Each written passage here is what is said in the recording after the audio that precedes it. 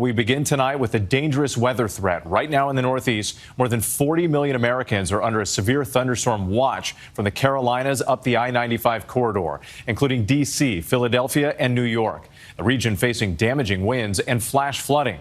Further south in Florida, millions are bracing and prepping for Tropical Storm Debby, the first named storm to hit the state this season, expected to deliver heavy rain across parts of Georgia and the Carolinas.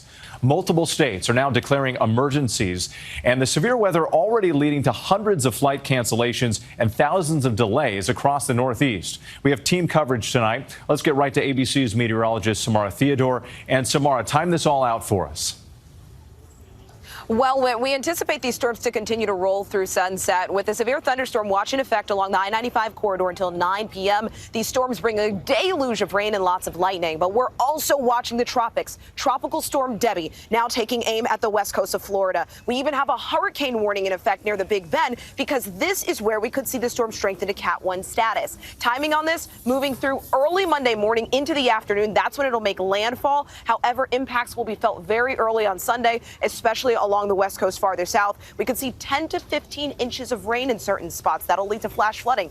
Not only that, a significant threat for storm surge, especially in areas like Cedar Key and Crystal River. We could see up to 7 feet of storm surge. Whit? All right, Samara, thanks. Now to the state of emergency in Florida. Residents filling up sandbags and stocking up on supplies, bracing for Tropical Storm Debby, packing potential hurricane-force winds, heavy rain, and flooding. More than 10 million people along the Florida Gulf Coast are under tropical alerts. ABC's Faith Abube is in St. Petersburg tonight.